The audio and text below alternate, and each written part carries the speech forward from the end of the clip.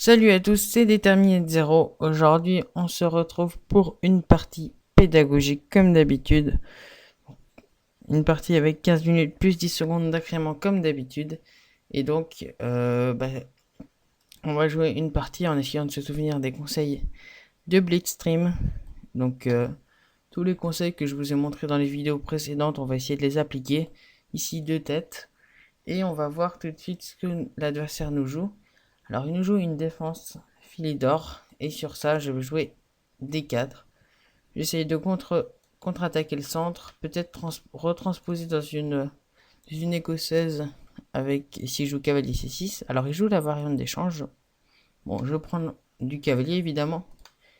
Ici, si dame prend, bien sûr, cavalier C6 et je perds un temps. Donc, c'est un des conseils que Blitzstream nous a donné. Gagner des temps de développement. Donc ici, bien sûr, on se développe en essayant de ne pas perdre des temps de développement. On développe directement nos pièces. Il peut pas jouer, bien sûr, B5 parce que c'est attaqué 3 fois.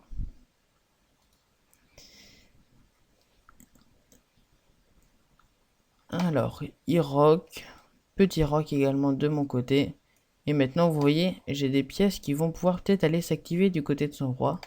Ça peut être assez intéressant. Donc, qu'est-ce que je pourrais jouer? Qu'est-ce que je peux jouer pour créer des menaces? Ici, tour E1. Tour E1, je peux faire coulisser la tour. Je peux faire venir ma dame. Attaquer le cavalier aussi. Je peux faire la pousser. Ça peut être extrêmement intéressant ici.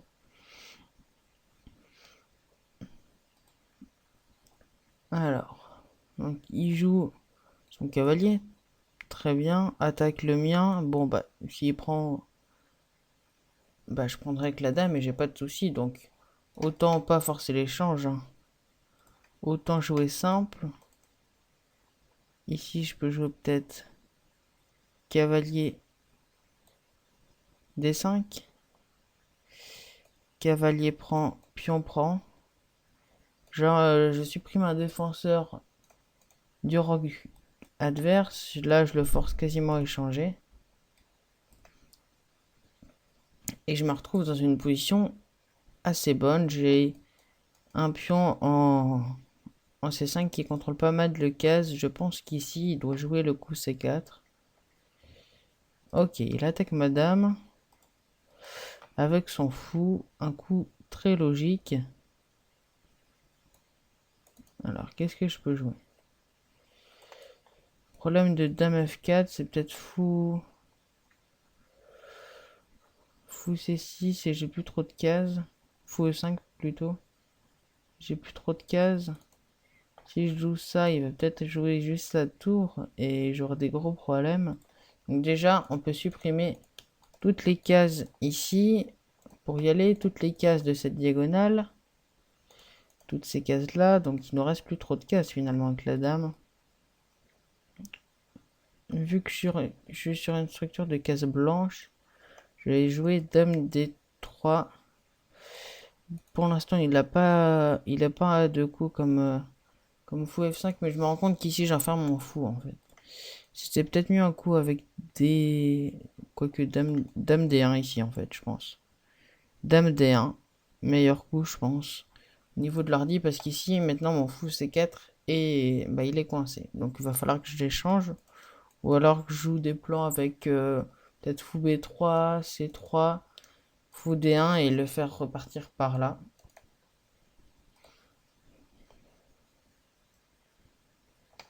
Bien sûr, ici, il faut que je développe surtout mon fou.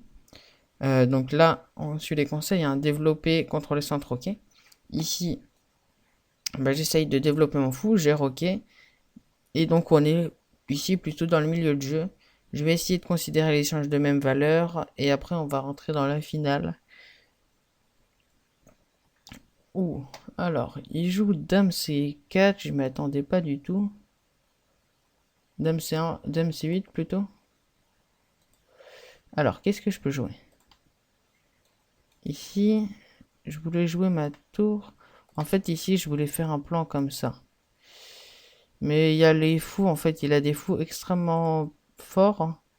Donc je vais peut-être juste développer mon fou comme j'ai dit. Je vois pas trop sa menace. Ah, il menace peut-être ça. Ouais, c'était ça son idée de menace. Mais bon, ça me fait pas très peur, on va dire. Je peux juste jouer dame B1. Parce qu'après, là, il faut que je reste en contact du pion. Si je joue ça, il prend. Il prend. J'ai pas fou H6 parce qu'il a son fou en F5 qui protège.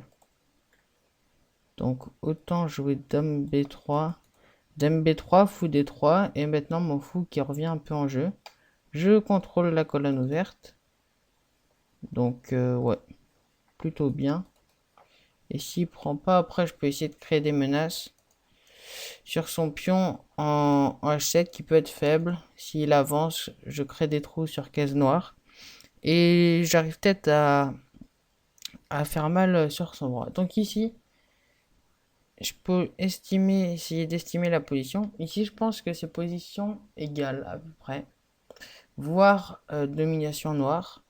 Parce qu'il a une paire de fous qui est extrêmement puissante et qui contrôle deux belles diagonales. Alors par contre, le problème que je pourrais dire au sujet de sa position, c'est que bah, c'est sa dame ici maintenant, elle coupe le lien entre les deux tours. Ici, les deux tours, elles sont plus liées. Donc ça peut être problématique un peu dans sa position. Alors ici, il joue fou D6, fou D4. Alors, je peux pas jouer fou D3 parce qu'il prend, je reprends. Fou ici, quoique je reviens, il m'attaque. Je vais là et bon, je peux créer des menaces quand même. Ça peut être intéressant. Suivi de ça. Ok, on va opter pour un sacrifice de pion ici. Pour augmenter l'activité de mes pièces. Donc ça peut être intéressant. Je sacrifie donc un pion. Ici, donc un pion en deux. Pour essayer d'avoir une meilleure activité au niveau de mes pièces. Alors il refuse l'échange. Pour jouer ça, alors son idée c'est que je peux pas jouer F3 à cause du clouage. Alors ici peut-être juste j'hésite entre H3.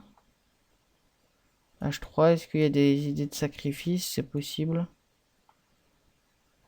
Je vais peut-être juste jouer. Alors, je vais peut-être juste jouer. Qu'est-ce que je peux jouer? Ah, je peux jouer.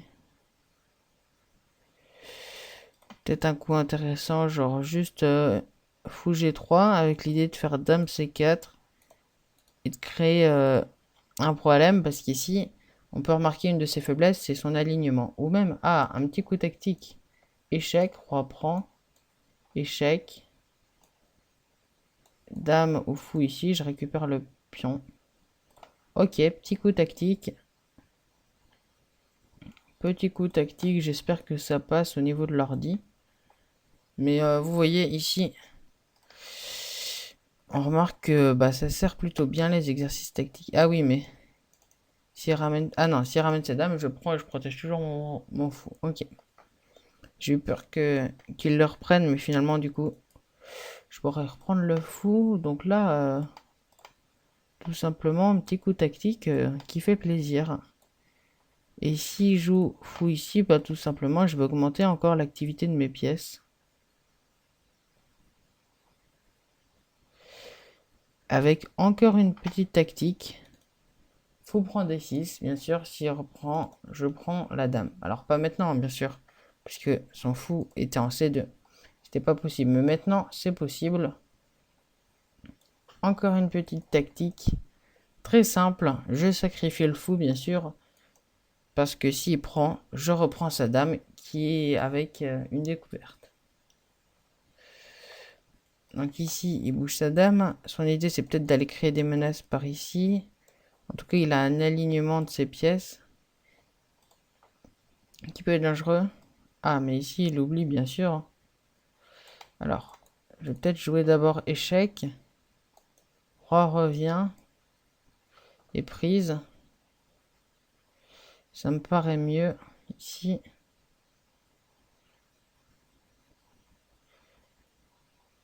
Comme ça, j'ai pas trop de problème avec sa dame. Quoique, je peux juste reprendre. Bon.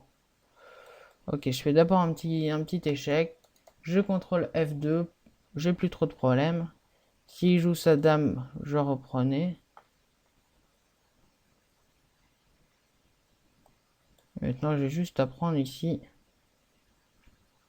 La tour, il peut pas prendre pour le moment. Et je peux peut-être aller coulisser. Si je coulisse, en fait, il a plus trop de défense. Alors, est-ce que je prends ou est-ce que d'abord je choisis de coulisser? Ça peut être la question. En tout cas, une partie extrêmement intéressante ici, repérer les schémas tactiques. Et bien, on a vu deux tactiques, prise en H7 pour faire ensuite une fourchette. Et la deuxième tactique, une petite découverte ici, fou prend D6. Donc, deux tactiques qui m'ont été assez, qui ont été assez bonnes, hein, qui m'ont bien servi. Alors, donc, on calcule. E3, dame prend. Je vais ici, il revient. Et ça marche pas parce qu'il y a échec. Je me laisserai un double échec. Je me laisse de faire échec sur deux cases. Donc ici, je vais jouer ça. Je contrôle avec madame toujours F2. Pas de maître du couloir grâce à ma tour. Ok, il prend.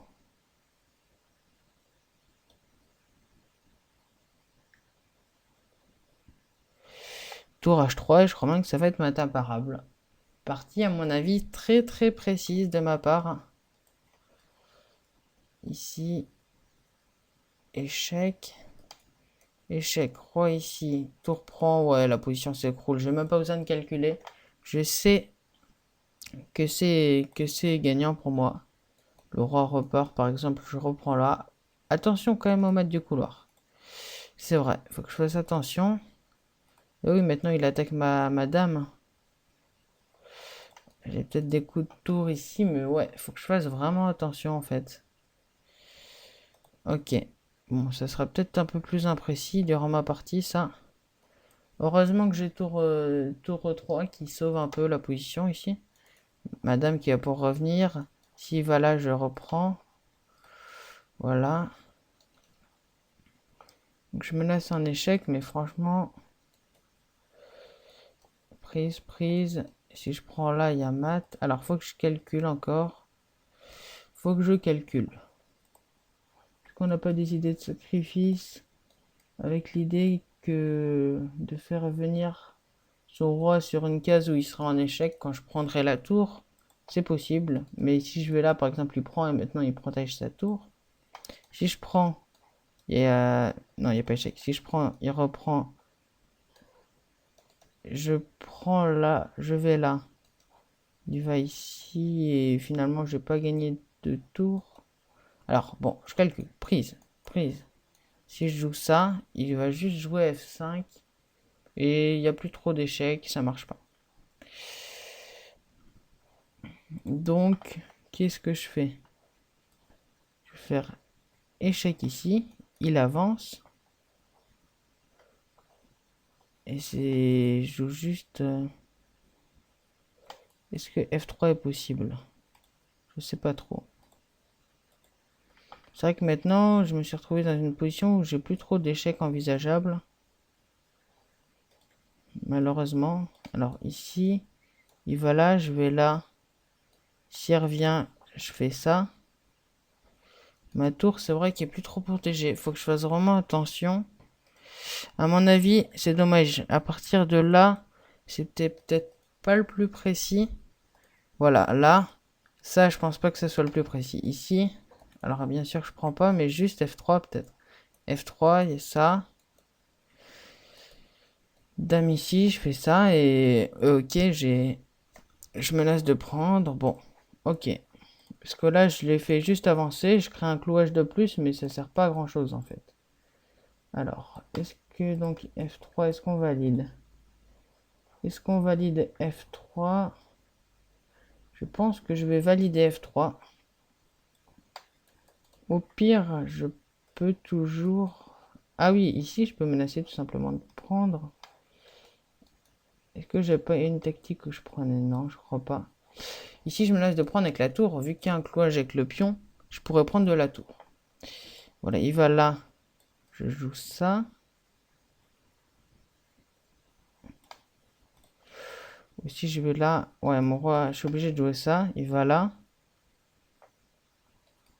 Et je fais peut-être 3 G6 et il n'y a plus d'attaque.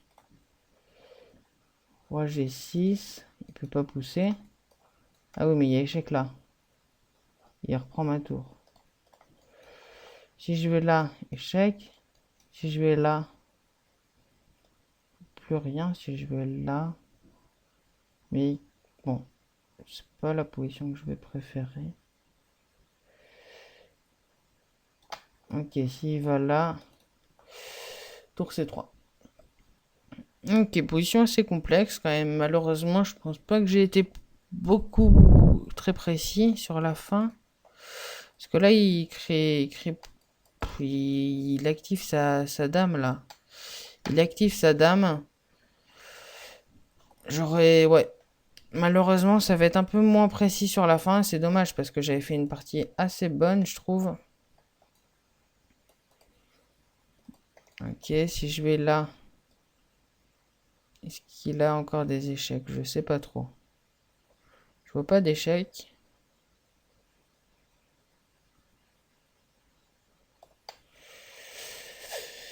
La tour qui peut pas faire d'échecs. Le fou non plus, vu que je suis sur case noire. Et la dame qui peut pas aller sur les cases noires où il y a des échecs. Elle a pas mal de cases où faire échec, mais je vois pas... Ah si, il y en a encore une. Bah oui, ça fait nul ça, si je continue. Ça fait nul. Il va là. Ouais, je sais pas comment je vais me débrouiller ici. Malheureusement, il a toujours la case G1 en fait. Il faut pas que j'aille là, donc je suis obligé d'aller en E1. Et je pense que ça va faire nul malheureusement.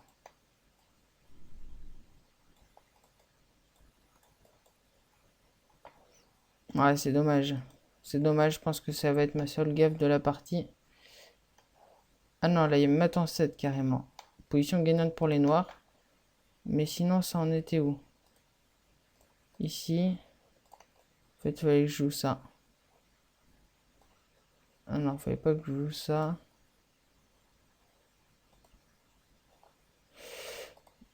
Alors, on va voir, hein. Mais ici, position, voilà, où j'étais totalement gagnant.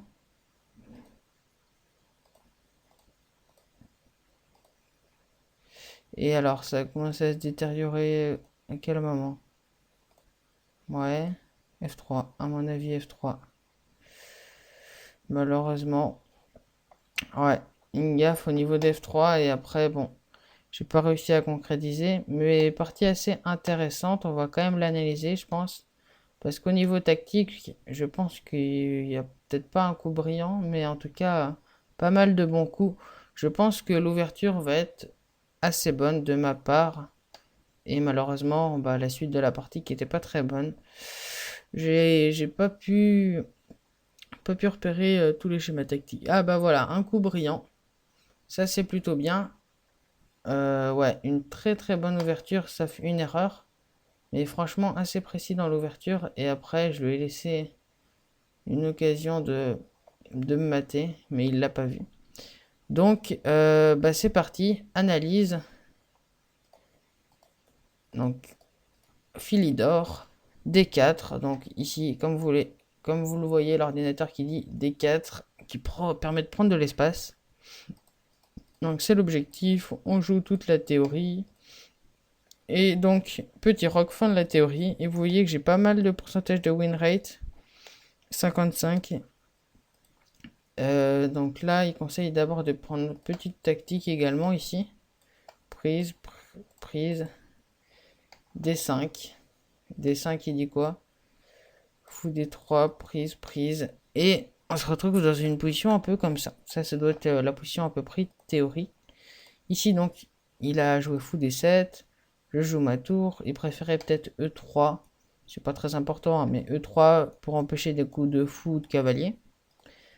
Cavalier C6. Cavalier D5. Il préférait A4 là. Prise. Pion prend. Alors là également, il préférait fou prend. Mais j'aime moins en fait, parce que fou prend, le problème c'est que si un jour il dégage son cavalier, il peut me jouer un coup tout simplement comme C6 et il va prendre de l'espace. C'est des positions que j'aime moins jouer. Donc ici, prise, cavalier prend, fou là, dame D3. Bon, j'ai trouvé le meilleur coup, mais bon, c'est pas non plus une position excellente. Vous le voyez, l'ouverture qui est pas tant maîtrisée que ça. J'ai fait quelques bons coups. En fait, on a plutôt bien joué tous les deux dans l'ensemble ouverture, mais c'est par la suite que je vais jouer les meilleurs coups parce que j'ai trouvé un coup brillant et 4 meilleurs coups. Donc vraiment une super partie jusqu'à malheureusement le coup F3. Quoique, il dit pas que c'est une gaffe. Il dit plus roi. Mais bon, on va voir. Donc C8. Fou C4. Alors, fou C4, c'est quoi son idée ici? Prise en B2. Ouais, il aime pas trop mon idée de laisser le pion pour activer mes pièces. Ici, il dit fou, c'est fou F5. Ah oui, fou F5, et du coup, bah, il neutralise un peu mon fou, en fait, ici. Ah non. Il hésite un peu, l'ordi. Fou F6. Ah oui, fou F5, ici. Et pas fou F5.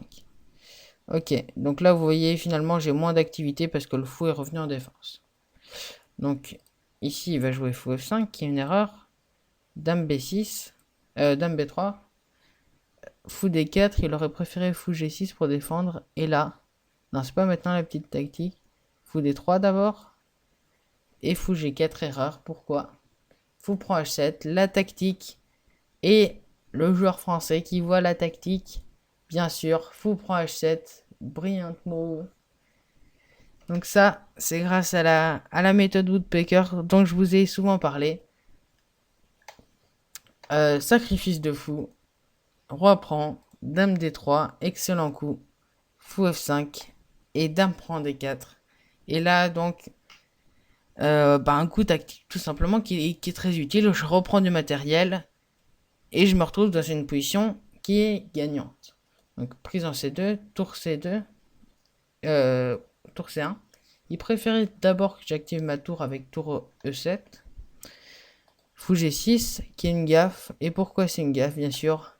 Avec encore un coup tactique. Fou prend D4. Fou prend D6. Excellent coup. Donc là, j'enchaîne les excellents coups. C'est super. Donc dame F5, qui est une erreur. Ici, il préfère que je prenne d'abord. Il aime pas trop dame H4. Dommage. Roi ici. Prise. Tour prend. Tour E3. Il aurait préféré jouer H3. C'est ça un peu mon problème après dans ma position. C'est que j'ai eu peur des maths du couloir. Donc malheureusement, je me suis retrouvé dans une position nulle. Mais ici, vous voyez, jouer deux fois roi E1. C'est là que j'ai perdu la partie sur roi E1. Et il devait y avoir un autre coup que j'ai pas vu pour annuler la partie. Donc dame E3 ici. Dame H3. Et là, malheureusement, j'ai une position totalement gagnante. Et j'ai pas du tout réussi à concrétiser. Ça, c'est très dommage parce que sinon, ça m'aurait fait une très belle partie.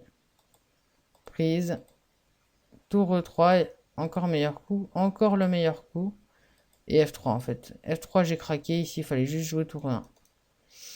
Ouais, c'est dommage parce que vraiment une super partie. F3 donc. Dame D1. Roi F2. Et tour E2. Et j'ai une position gagnante. Je sais pas. Ouais, ici, il fallait juste que je joue roi ici. Et qu'est-ce que je fais en fait sur roi D1? Ah oui, tour 1. Tour 1, il a plus d'échecs. Ouais, c'est dommage. C'est vraiment dommage. Échec. Donc, je vais là. Et ici, en fait, il y a mat en 6 coups. En fait, c'était parti nul après si je jouais roi C1. Mais, mais bon, il a pas vu le mat après. Hein, il a joué. Il a pris la nulle. Il a pris la nulle alors qu'il y avait un... Non, ils disent maths, mais ils savent pas trop. Bon, il sait pas trop l'ordi. En tout cas, ici, c'était quand même une très belle partie. De ma part, malheureusement, j'ai loupé... bah ici, j'ai loupé tout simplement Roi F1. Roi F1 continue de maintenir à clouage et malheureusement c'est sur ça que je perds la partie alors que bah j'avais très bien commencé, j'avais fait une très belle partie. Malgré une ouverture un peu mauvaise mais c'était plutôt correct quand même. Ici donc 75% de précision. Je pense que jusqu'à là je devais être dans les 90 avec donc une erreur, une imprécision dans l'ouverture. Bon, pas très grave. En tout cas, on peut retenir le coup brillant. Bam! Le fou prend H3, fou prend H7. Remarquable. Bien sûr, petite tactique extrêmement importante. Donc voilà, on se quitte sur cette magnifique tactique de sacrifice de fou. J'espère que vous avez aimé cette vidéo de partie pédagogique en se souvenant des conseils de Blitzstream. Si c'est le cas, n'hésitez pas à liker la vidéo, la partager, la commenter. Et on se retrouve pour une prochaine vidéo. Bye!